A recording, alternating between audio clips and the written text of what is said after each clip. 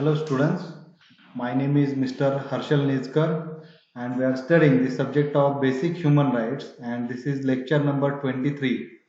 In the last two lectures we have studied the concept of unemployment and the causes and effects of unemployment, and then we studied the government schemes that are developed to control this particular issue of unemployment in our country. And particularly in last 6 7 lectures we are studying the social problems that are present in our society, particularly in our Indian culture. All right, so in continuation with that, we are going to study the next problem that is present in our society, that is the problem of bonded labor, or we can call it as a forced labor also. So let's study about this particular, what is this bonded labor and what are its causes and effects. And in the next lecture, we will study the government schemes or the articles or the particular laws are constituted in our Indian constituency.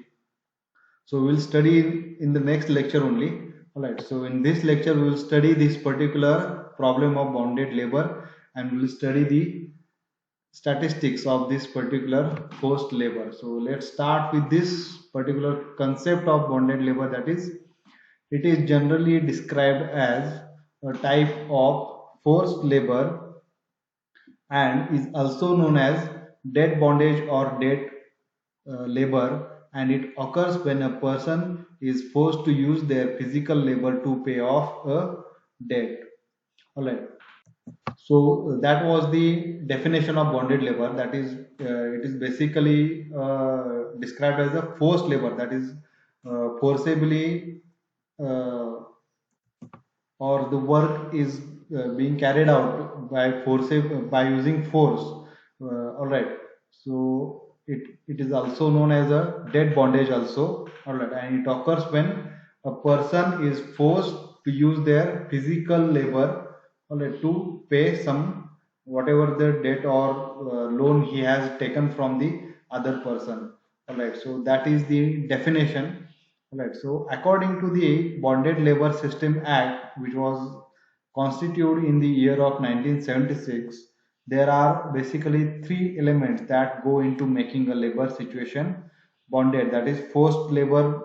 When we can see, there are basically three situations involved. So first of them is the being under an obligation, such as a repayment of a loan. Suppose one person has taken loan from other person, and the other person, he forcibly asks the other, so first person, to do some physical labor for him as a repayment of that particular loan. So that will be taken under as a bonded labor. Then second situation is that meeting the obligation, that is repayment of the loan through unpaid or underpaid labor or service. So if the particular repayment of loan is done by the unpaid or the underpaid service from the first person, that will be also considered under the bonded labor also. All right, so and the third situation is having no freedom to escape the obligation, and particularly that obligation, that is the repayment of loan, if first person is not given some freedom to escape from that particular situation, that will be considered under the bonded labor. All right, so this is the particular definition and whatever the act that has been constituted in our constituency by the our Indian government. All right, so that is the definition. We will next see the statistics that are involved around this particular concept of bonded labor. So the least known from slavery today, and yet it is the most widely used method of enslaving people. So enslaving people concept, that concept is uh, outdated right now. All right. So it was present in the 18th century, 17th, 18th century. But after that, as the countries started to go republic, then that particular concept of enslaving the people that has been outdated from our societies. But this particular concept of bonded labor, it is the modern slavery concept, and it is the most widely used method of enslaving the people. All right. So we have the statistics from International Labour Organization of year 2016. That is the earliest statistic available on internet also. So we can see how this particular concept of bonded labor is, how serious is that. All right. So basically, there are 40 million people. Those are the victims of modern slavery or bonded labor. Right, from almost 40 million people are the victims, and from which 25 million people are in forced labor, that is bonded labor, and 15 million people are in forced marriages. All right, that is, they were being forced to work under the threat or coercion as a domestic workers on construction sites, in clandestine factories, on farms, and in the sex industry as usual. All right. They were forced to work by a private individuals or groups, or by a state authorities. In many cases, the product they made and the services they provided ended up in seemingly legitimate commercial channels. Forced laborers produce some of the food we eat, and the clothes also made by them. We also wear that particular clothes also, and they have cleaned the buildings in which many of us live or work. So that is basically the presence of bonded labor around. So in year of 2016, there were 5.4 victims of modern slavery for every 1,000 people in the world. So that is the ratio. That is 5.4 victims of modern slavery are present for every 1,000 people in world. There are 5.9 adult victims of modern slavery for every 1,000 adults in the world, and 4.4 child victims for every 1,000 children in the world. So that is the ratio. That is the ratio of bonded labor. All right. Women and girls are disproportionately affected by modern slavery, accounting for 28.7 million, or 71% of the overall total. That is the value, or the number of women and girls that has been constituted in bonded labor. The debt bondage affected half of victims of forced labor imposed by the private sectors. 1 in 4 victims of modern slavery are children. That is 25% of the total bonded laborers are the children. The children represented 18% of those subjected to forced labor exploitation, and 7% of people forced to work by state authorities. All right. In the past 5 years, from the year of 2011 to 2016, 89 million people experienced some form of modern slavery for periods of time ranging from few days to the whole 5 years. So that is the number, 89 million people that has been forced to give the service in for the repayment of the loans. All right, so that is the number. So these are the statistics that are for the that are present globally. Now we will understand what is the prevalence of bonded labor in India, and before that we will take a look of the bonded labor that has been in the newspapers. So these are some newspaper cutouts in which the bonded labor has been present in our society, and how many children or the particular workers that has been rescued by the non-profit non-profitable organizations, that is NGOs. All right, so these are some newspaper cutouts from Indian newspapers. All right, so let's move on to the prevalence of bonded labor in India. The International Labour Organization, that is ILO, it estimates that on any given day in year of 2016, there were nearly 8 million people living in modern slavery in India. So the number of 25 million people of India, of the whole world, and about that, the nearly 8 million people are living in India. That, and those are living as a modern slaves. All right. So that is the how serious issue is that. All right. The most current available data from National Crime Records Bureau, that is NCRB, it indicates that there were 8,132 reported cases of human trafficking across India in the year of 2016.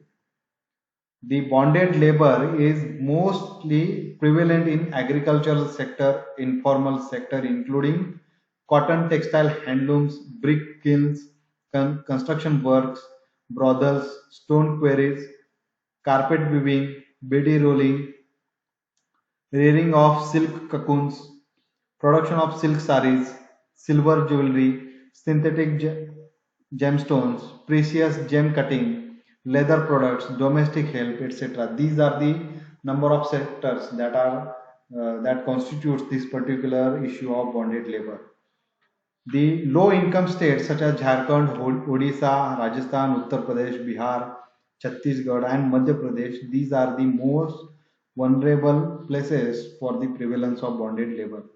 And the large number of bonded laborers are also rescued every year from the states of Karnataka and Tamil Nadu. The report said that in terms of prevalence, there were 6.1 victims for every 1,000 people in India. So that is the ratio of bonded labor in India. That is 6.1 victims are present for every 1,000 people. All right. And India has been ranked 53 out of the 167 countries. So that is the number of ranking of India in the uh, presence of bonded laborers or bonded slave, modern slavery that is present in the world. If we go for the global status, the North Korea it tops the global slavery index with 104.6 persons per thousand people in their country. So that is the ratio of bonded labor present in North Korea. That is 104.6 people are modern slaves for every 1,000 people.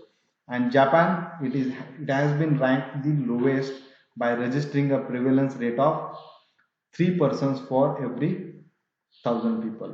All right, so that was the statistics in the globally and in that is present in our country also. So basically, we can see how this particular issue is very serious, and it has to be reduced in our society, and our society has to awaken with this particular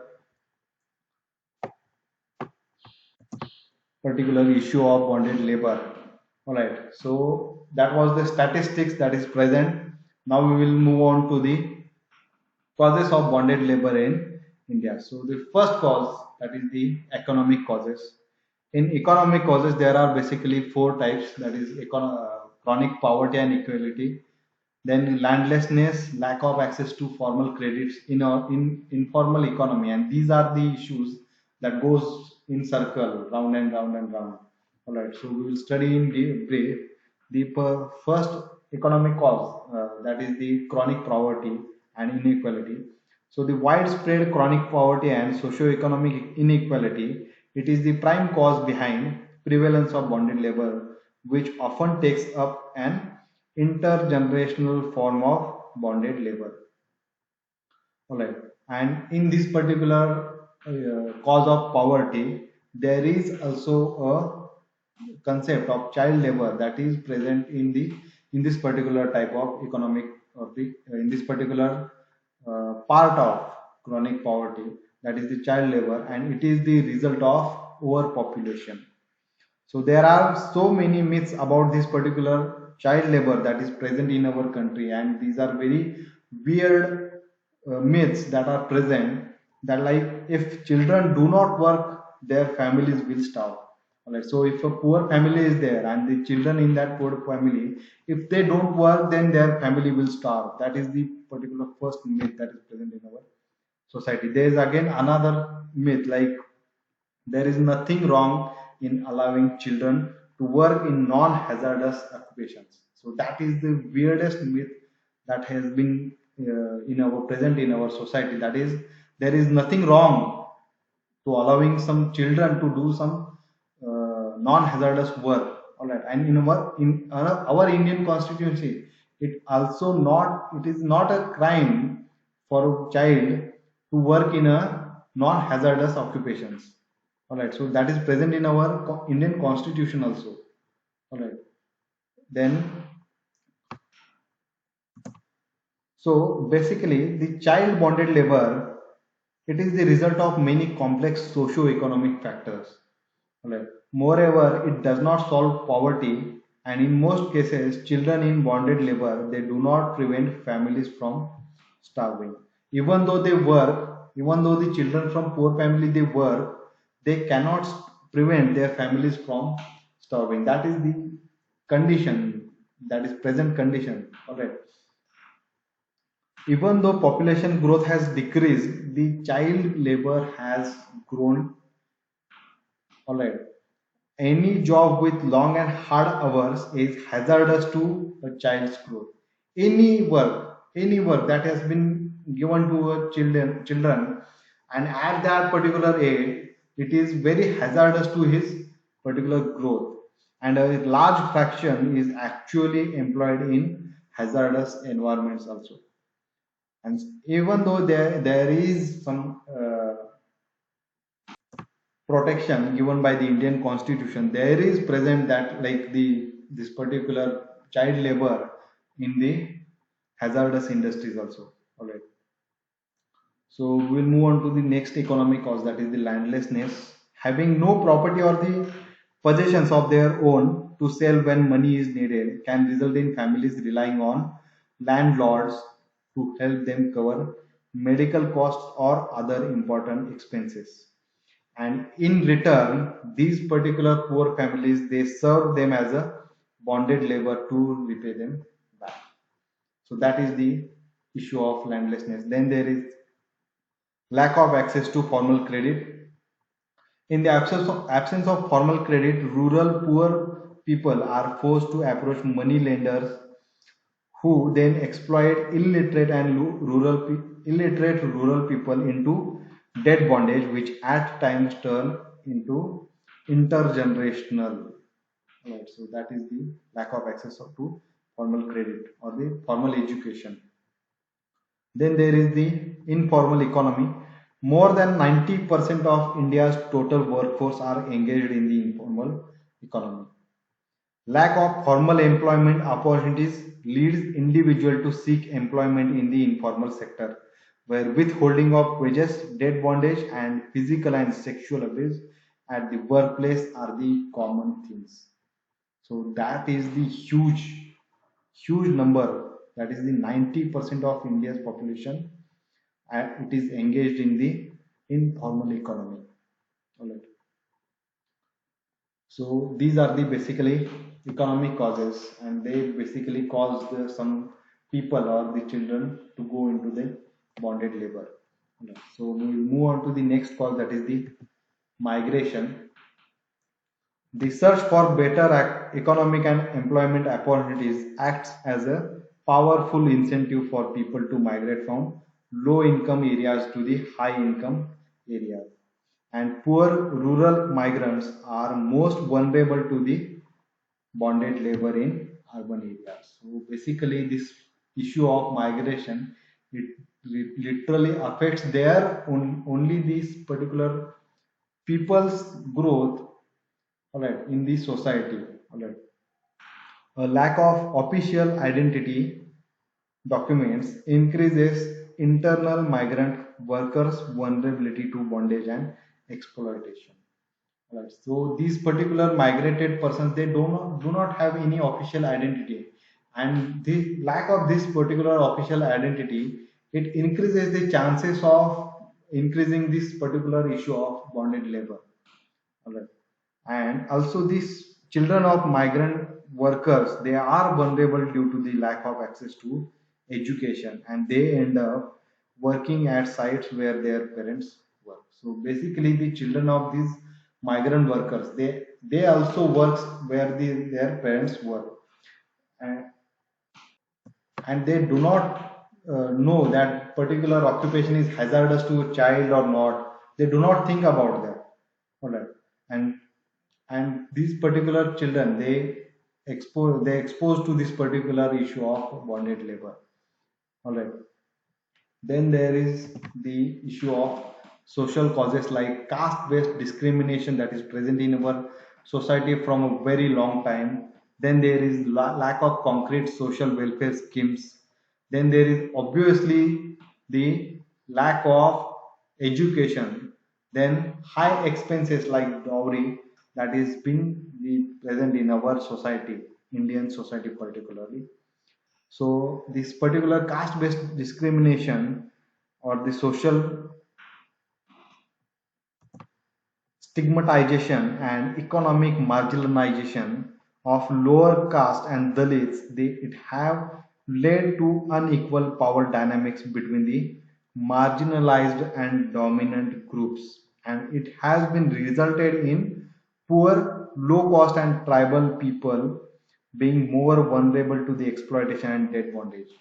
So this particular issue of caste discrimination, it has been present in our society from a very long time, and particularly this the people from this low caste, so-called low caste people or the low caste society, they are forced into the service of so-called high caste people. All right. And that has been present in our society. All right. Then there is the lack of concrete social welfare schemes by government. The welfare schemes are basically uh, formed to safeguard against these particular issues of bonded labor, but this lack of these particular welfare schemes, it has compelled poor people to take loans from informal sources like the landlords, and they often leading to them as a debt bondage, and they will service these particular landlords as a bonded labor. All right. Then there is a issue of lack of education. The prevailing educational infrastructure is highly unsuitable to children of economically deprived families who often fall into the trap of bonded labor. The high expenses on occasions like marriage and dowry, death, birth of a child, etc., they also lead to the heavy debts taken by a poor family. So basically, these are the causes of bonded labor and the causes of prevalence of bonded labor in our Indian society. So in this lecture, we have studied the concept of bonded labor. Then we studied the statistics globally and in Indian society. Then we studied the causes of this particular issue of bonded labor in India. All right. So we will stop here. This particular lecture we will stop here, and in the next lecture we will study the articles that are formed to control this particular issue of bonded labor, and then we'll study the government schemes for this particular bonded labor people, and then we will study the what are the strategies we have to apply to control this issue. All right, so we'll stop here, and if you have any doubt regarding this topic of bonded labor, you can comment down below this section. All right, thank you for listening lecture.